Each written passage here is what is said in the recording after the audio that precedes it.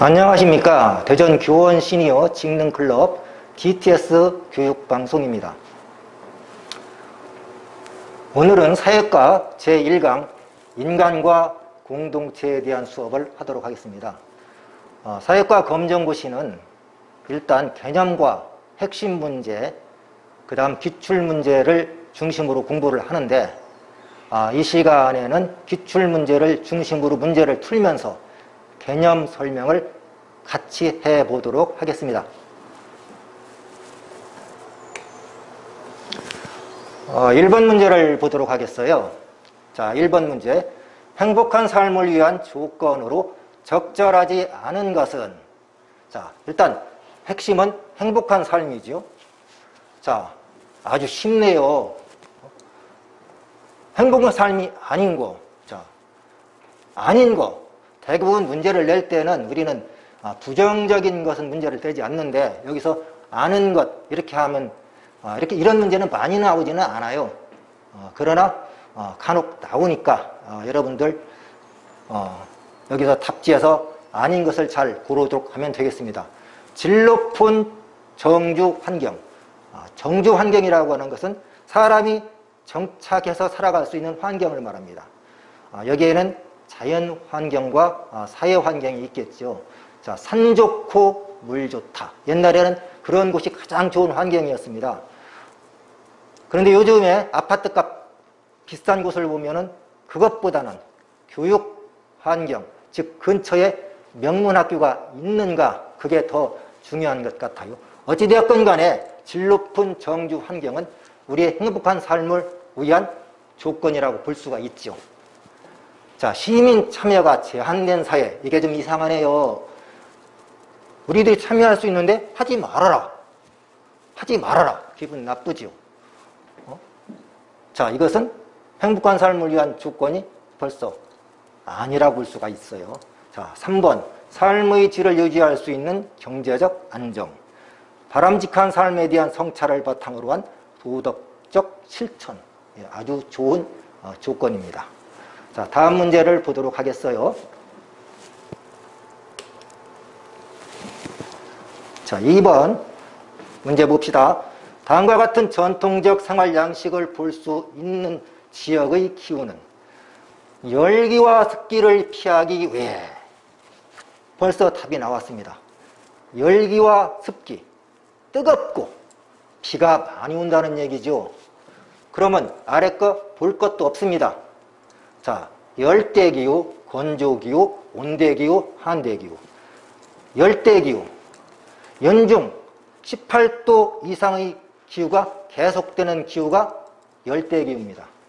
강수량은 일반적으로 연 강수량이 1500mm 이상이죠.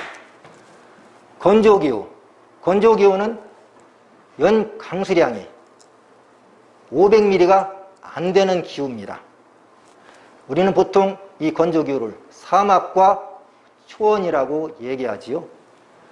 온대기후, 가장 추운 달의 기온이 영하 3도 이상인 기후를 온대기후라고 하고, 한대기후는 가장 추운 달의 기온이 영하 3도 이하이면서 가장 따뜻한 달의 기온이 영상 10도를 넘지 않는 기후를 말합니다.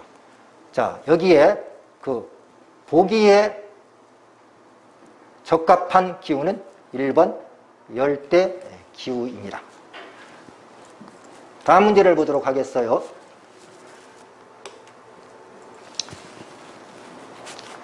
자, 3번 문제를 보도록 합시다. 다음 글에 나타나는 자연에 대한 관점은 바람직한 대지 이용을 오직 경제적 문제로만 생각하지 말라. 돈만 생각하지 말라 이거죠. 자, 윤리적, 심리적으로 무엇이 옳은가의 관점에서 검토하라. 생명 공동체의 통합성과 안정성, 그리고 아름다움의 보전에 이바지한다면 그것은 옳다. 그렇지 않다면 그러다. 자, 옛날에 우리가 고속전철을 건설할 때 큰 산에 터널을 뚫으려고 했어요. 직선거리로 가는 게 좋지요.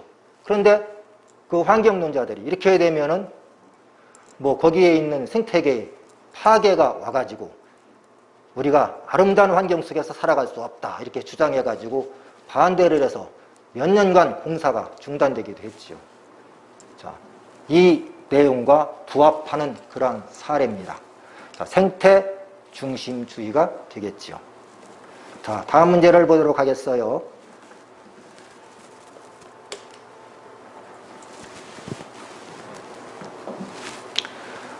다음 글에 나타나는 자연에 대한 관점은 2015년 12월에 195개국이 참여하여 2050년까지 온실가스 배출량을 0으로 하겠다는 목표를 설정하였다.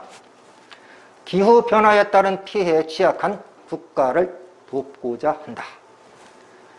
미국의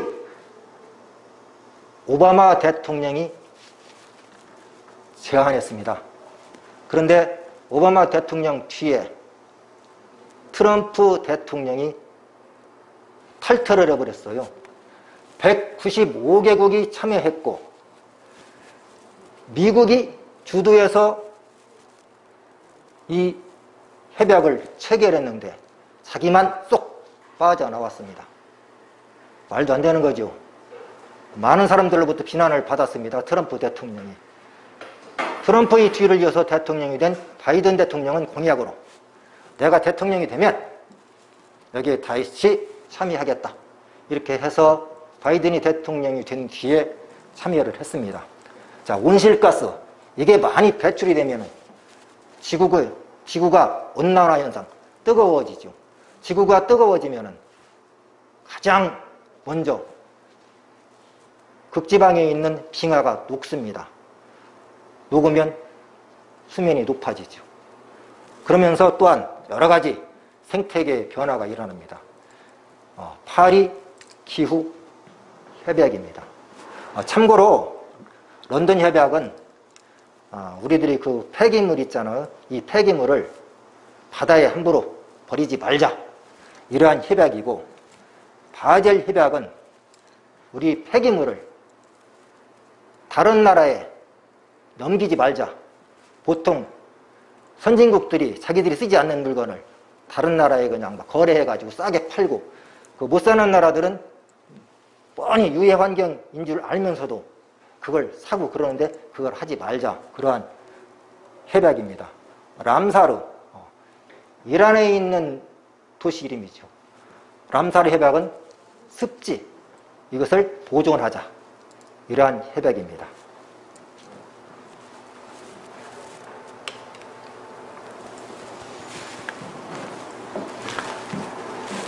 5번 문제입니다. 다음에서 설명하는 것으로 가장 적절한 것은 가장 적절한 것은 산업화로 생산 과정의 자동화가 이루어졌지만 이로 인해 인간을 마치 기계의 부속품처럼 여기게 되어 인간을 마치 기계의 부속품처럼 여기게 되어 노동에서 얻는 만족감이나 성취감이 약화되는 현상을 의미한다. 그러니까 인간이라는 존재를 무시한다는 거죠. 사람이 많이 있어도 인간이 소외되는 그런 외롭고 쓸쓸한 그러한 느낌을 받는 현상입니다. 인간 소외. 다음 문제 넘어가도록 하겠어요.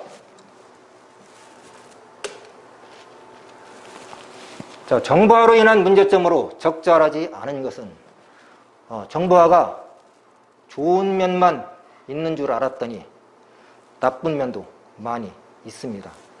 이러한 정보화로 인한 문제점으로 적절하지 않은 것, 사생활 침해, 요즘에 많이 나오죠. 우리 그 정보화 기계로 인한 그 인터넷으로 그냥 어떤 사람, 여기 SNS로 쫙쫙 퍼져나가고, 엊그제 그래도 여기에 대처를 잘한 그 운동선수가 하나 있더라고요. 제가 탁구를 좀 하는데 중국 기화 선수 전지희라는 선수가 있는데 중국의 네티즌들이 전지희 선수를 가리켜서 탁구하러 간 게 아니라 성형하러 간 거 아니냐 이렇게 해서 내가 아주 쿨하게 하하하, 나 쌍꺼풀 수술했습니다. 그러면서 여러분들이 자꾸 그렇게 성형하러 갔다고 하는데 내가 여러분들한테 졌네요.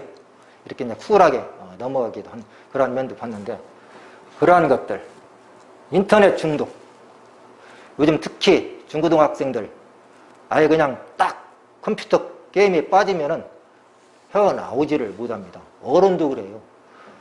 신혼부부가 아이를 놔두고 게임방에 가가지고서 PC방에 가서 게임을 하다가 아이를 돌보지 못한, 그래서 사고가 발생한 그러한 일들도 있었습니다. 자, 개인정보 유출이 되는 거고요. 이건 문제점이 아니라 좋은 점이지요. 자, 미국에 있어, 한국에 있어, 미국에 있는 아들한테 정보가 되니까 실시간으로 얼굴 보면서 통화도 할 수 있는 겁니다. 그래서 답은 4번이 되겠습니다.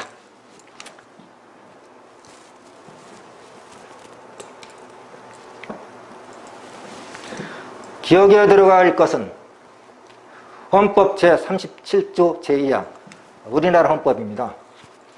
국민의 모든 자유와 권리는 국가 안전보장, 질서 유지 또는 공공복리를 위하여 필요한 경우에 한하여 뭐뭐로써 제한할 수 있다. 여기 나오지는 않았지만 거기 또 뒤에 또 단서가 또 하나 붙습니다. 이 경우에도 자유와 권리의 본질적인 내용은 침해할 수 없다. 다시 말하면 우리나라 헌법은 국민의 자유와 권리를 확고하게 보장하겠다는 것입니다. 다만 이 경우에도 반드시 기억으로서만 제한할 수 있다. 강력하게 묶어놓은 거죠. 자, 관습, 규칙, 법률, 조례, 이 네 가지를 우리는 다 큰 테두리 안에서 법령이라고 하는데, 우리나라 이제 법의 순서를 보면은 헌법이 제일 힘이 세고, 그 다음 법률, 그 다음 명령, 그 다음에 조례, 규칙, 뭐 이렇게 나오는데, 여기서는 이제 법률이죠. 헌법 37조 제2항, 법률로서 제한할 수 있다. 다음 문제를 보도록 하겠어요.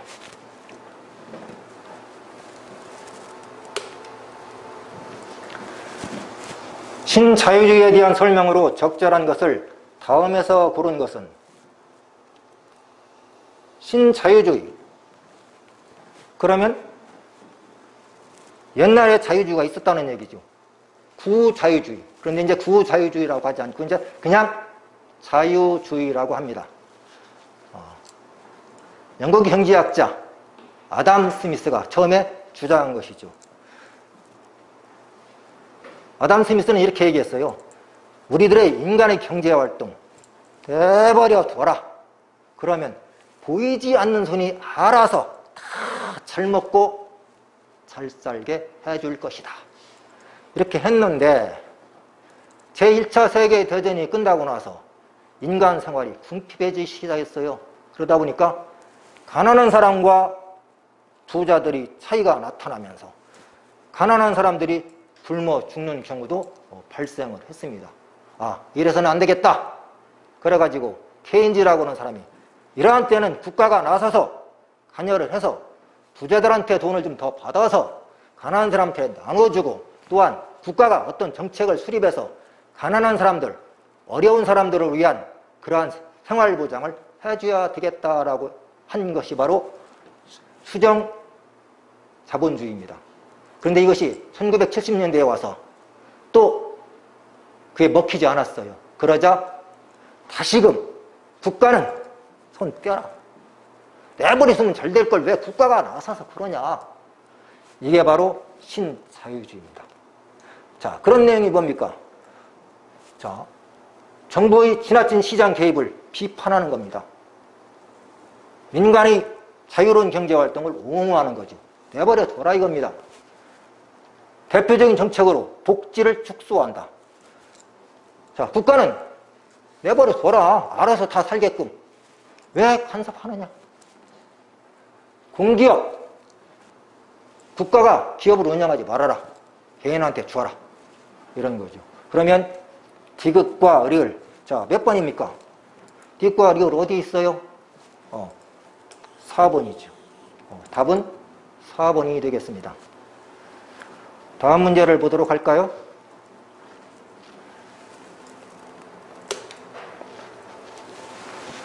인권에 대한 설명으로 적절하지 않은 것은, 자, 인권은 보편성, 항구성, 불가침성 등의 특성이 있다. 건드리지 말라 이거죠. 우리의 인권은 누구도 침해할 수가 없다. 옛날부터 외려온 것이다. 하늘에서 내려준 것이다. 자, 인간으로서 마땅히 누려야 할 기본적인 권리죠. 현대사회에서는 과거에 비해 인권의 영역이 축소되고 있다. 그렇습니까? 요즘에 인권, 괜히 지나가는 사람한테 함부로 뭐 했다. 바로 명예훼손도 되고 또 국가 권력도 함부로 할 수가 없어요. 요즘에 인권이 많이 보장되는 거죠. 앞으로도 더 많이 보장되어야 되겠지만 국가의 법으로 보장되기 이전부터 자연적으로 주어진 권리라고 학자들은 주장하고 있습니다. 천부인권설이죠. 하늘에서부터 부여된 권리다. 이렇게 얘기를 하고 있습니다. 자, 10번 문제를 보도록 하겠어요. 자, 여러분들 계속 그 화면만 보고 있으니까 조금 지치죠. 자, 손 한번 이렇게 올려봅시다. 좀 기지개도 한번 키워보고요. 네. 눈도 좀 이렇게 한 번씩 이렇게 한번 해보고 계속 하다 보면 조금 지치니까 이렇게 잠시 이렇게 해서 몸도 푼 상태에서 하도록 해야 되겠어요. 자, 10번 문제를 볼게요. 다음에서 설명하는 것은 시간의 흐름에 따라 변해가는 삶의 모습을 단계별로 나타난 것으로 각 단계에는 달성해야 할 과업이 있다. 자, 시간의 흐름에 따라 변해가는 삶의 모습. 우리 인간. 처음에 영아기, 애기, 갓난아기. 그 다음에 유아기, 아동기, 청년, 장년, 그 다음 노년. 이러한 기간이 있습니다. 그때마다 삶의 모습이 단계별로 달라지죠. 이걸 뭐라고 하느냐면은 생애 주기라고 말하고 있어요. 가끔 외울 수 있는 건 외워야 됩니다. 원래 사회과가 사람들은 흔히 암기 과목이라고 하는데 저는 그렇게 생각하지 않아요. 사실은 사회과가 뭐 영어는 암기 과목이 아니라고 그러는데 얼마나 외울 게 많습니까? 수학, 공식 외워야 되지요. 그리고 사회과도 암기 과목이라는데 그렇게 암기 과목은 아니고 그냥 이해 쪽으로 해야 되는데 가끔 하나씩 이렇게 그 용어를 외울 필요도 있습니다. 이런 것들은 조금 여러분들이 주의 깊게 머릿속에 기억을 해 두는 것이 필요할 것 같아요.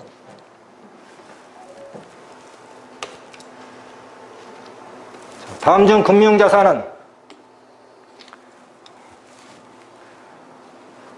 자본주의 경제사에서는 역시 경제가 중요합니다. 그러니까 우리들이 자산은 실물자산과 금융자산으로 나눠집니다. 실물자산, 실체가 있는 거죠.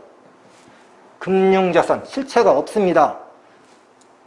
국가나 은행에서 신용을 담보를 해야만 이게 제 가치를 발휘할 수 있는 거죠.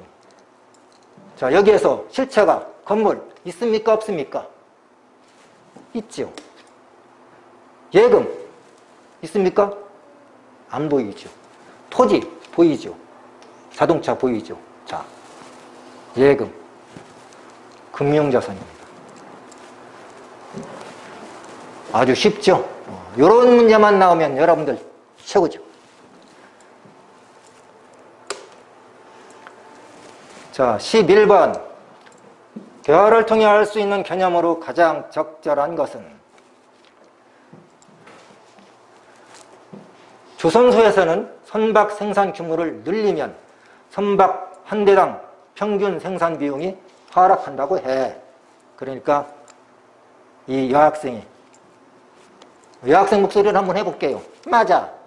선박이나 자동차 같은 대규모 생산 시설이 필요한 산업에서 자주 나타나는 현상이야. 좀 비슷합니까? 네. 이런 건 뭡니까? 규모의 경제라고 하죠.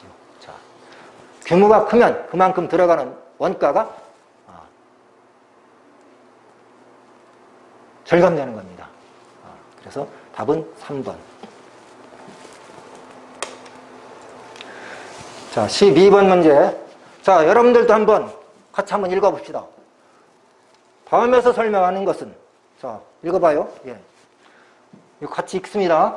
공정한 분배의 기준이 되며 옳음, 공정성, 공평성 등과 유사한 의미를 가지고 있다. 같은 것은 같게, 다른 것은 다르게 대우하는 것.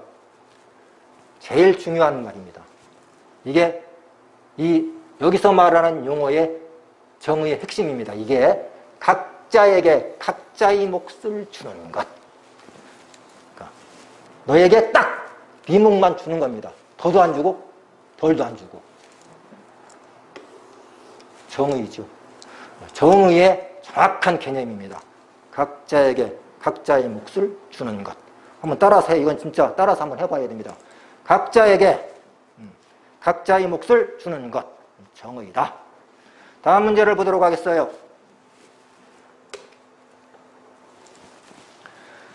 퀴즈에 대한 정답으로 옳은 것은 골든벨이네요. 경제의 골든벨. 기업 간 자유로운 경쟁을 보장하고 독점 및 불공정 거래에 관한 사항을 심의 의결하기 위해 설립된 우리나라 정부 기관은 무엇일까요? 자, 우리나라 정부 기관입니다. 이건 우리나라 정부 기관이 아니죠. 세종시에 있어요. 불공정 거래. 거래라는 말이 나왔어요. 예, 선거라는 말이 아니죠. 인권이라는 말이 아니죠. 거래라는 말이 나왔죠. 공정거래위원회. 예. 마지막 문제가 되겠습니다. 14번. 우리나라의 사회복지제도에 해당하지 않는 것은, 자, 사회복지제도. 우리나라의 사회복지제도는 공적 부조와 크게 사회보험으로 나누어져 있습니다. 공적 부조는 뭐냐? 정말로 어려운 사람, 국가에서 돌봐주지 아니하면 이 사람은 정말 생활이 어렵다.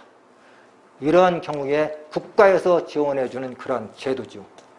국민기초생활보장법에 근거해가지고서 우리나라에서 대표적인 것은 국민기초생활연금을 주고 있습니다. 사회보험은 그렇게 어렵지 않아. 그러나 인간다운 삶을 국가에서 해줘야 돼. 이런 때는 너도 좀 조금 내라. 국가도 조금 보태줄게. 이러한 것이 사회보험입니다. 우리나라에는 사회보험이 8개가 있어요. 일반적으로 우리가 어느 회사에 취직하면 4대 보험이라는 게 있죠. 국민연금, 사연제보험, 고용보험, 국민건강보험. 여기에다가 공적으로 군인연금, 공무원연금, 사학연금 이러한 것들이 사회보험에 해당되고, 사회서비스는 이것도 마찬가지. 사람들을 위해서 뭔가 인간다운 보장을 위해서 해줘야 되는데 돈이 안 되는 거예요. 그 누가 하려고 안 합니다. 그렇다고 국가에서 계속 돈을 대줄 수도 없는 거예요. 이런 때는 국가에서도 조금 해주고 이런 민간 사회에서도 조금씩 해주는 겁니다. 그래서 예를 들면 뭐 간병제도라든가 이런 것들이 여기에 해당되죠. 다만 이것은 이제 경제적인 용어입니다. 가장 대표적인 것이, 자, 라면 회사들이 라면 값을 올리고 싶어. 그런데 어느 회사가 올리면은, 자, 신라면, 즉 농심에서 올리면 오뚜기 라면 가격이 떨어지니까 사람들이 가격이 싼 오뚜기 라면을 많이 사 먹겠죠. 그러니까 오뚜기 회사의 사장과 농심라면 사장, 삼양라면 사장 3명이 야, 우리 라면 하나에 보통 5,000원 이상 받자. 먹기 싫으면 그만두라고 해. 이러한 것들이 담합입니다. 국가가 이것을 막고 아까 전에 있었던 공정거래위원회에서 제재를 하죠. 자, 여러분들 오늘 수업 잘 들었습니까? 가만히 앉아서 듣느라고 많이 애썼어요. 여러분들 더욱더 열심히 공부해서 좋은 성과가 있기를 바랍니다.